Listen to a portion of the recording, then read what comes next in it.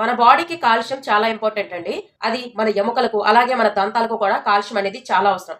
చాలా మంది కాల్షియం ఈ రెండిటికి అవసరం అనుకుంటారు. నిజానికి మన బ్రెయిన్ కి కూడా కాల్షియం చాలా అవసరం అండి. మరి కాల్షియం కావాలి అంటే మనం టాబ్లెట్ ద్వారానే వేసుకోవాలా? టాబ్లెట్ ద్వారానే తీసుకోవాలా? ప్రతి దానికి టాబ్లెట్ కాకుండా ఈ కాల్షియం మనకు ఏ ఆహారాల్లో దొరుకుతుందో చెప్తాను, జాగ్రత్తగా వినండి.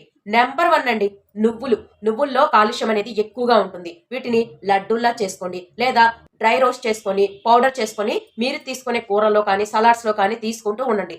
రెండవది మునగాకు.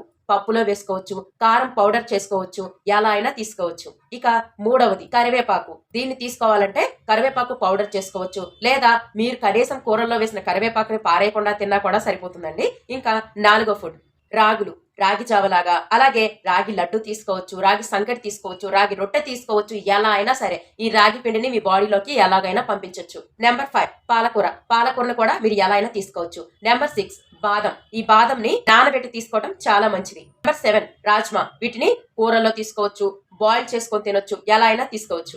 కాల్షియం అనగానే మనకు గుర్తొచ్చే ఫస్ట్ ఫుడ్ పాలు. పాలల్లో మీకు చెప్పిన వీటన్నింటికంటే కూడా చాలా తక్కువ మోతాదులోనే కాల్షియం ఉంటుంది. అది కూడా మనం ప్యాకెట్ పాలు తాగుతున్నాం లేదా నీళ్లు కలిపిన పాలు తాగుతున్నాం. పర్ఫెక్ట్ గా పాలని ఎంతమంది తీసుకుంటున్నాం? ఒకవేళ ఆ పాలను డైరెక్ట్ గా తీసుకుంటున్నామా, దాంట్లో పంచదార వేస్తాం లేదా టీ కాఫీల్లో పోసేసుకుంటాం. ఇక మనకు ఆ పాలల్లో ఉండే కాల్షియం మనకి ఎలా చేరుతుంది చెప్పండి? కాబట్టి నేను చెప్పిన ఆహారాల్లో మీకు కాల్షియం అనేది పుష్కలంగా లభిస్తుంది. ఈ పాలు కూడా లిమిట్ గా తీసుకోండి చాలు.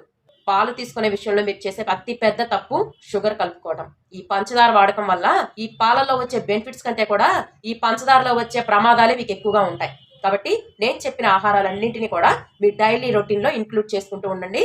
కాల్షియం, విటమిన్స్ ఇలాంటివన్నీ కూడా మీ బాడీకి పుష్కలంగా అందిస్తాయి. ఆహారం ఔషధం కావాలి కానీ ఔషధాలే ఆహారం కాకూడదు కదా.